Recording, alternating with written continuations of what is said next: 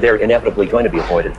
The first mistake was idealism. The first mistake, and the mistake was thinking that because you had seen it, you could just go like that and everybody else would see it.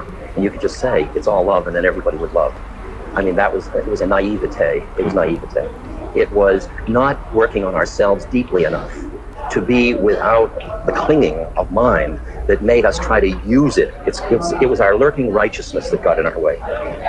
Can you make a revolution, though, without an inner righteousness?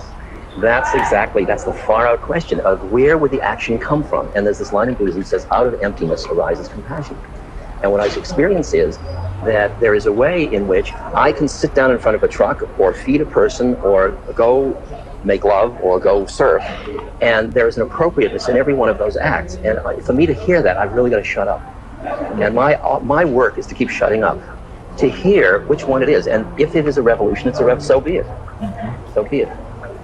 You know the story of the monk and the army general, and the army general is disemboweling all the monks? And his reputation has spread far and wide as a cruel, cruel man. And he comes into this village and he says to his adjutant, tell me what's happening. The adjutant said, all the people are frightened at bowing down to you. All the monks in the monastery have fled to the hills but one monk. And the general is outraged about this one monk. And he gets up and he goes to the monastery and he pushes open the doors to the monastery. And he walks into the courtyard, and there's the monk standing in the middle of the courtyard. And he walks up to him and he says, don't you know who I am? I could take my sword and run it through your belly without blinking an eye. And don't you know who I am? I could have your sword run through my belly without blinking an eye. That's great. That's the place from which revolutions can heal, rather than just starting the cycle all over again.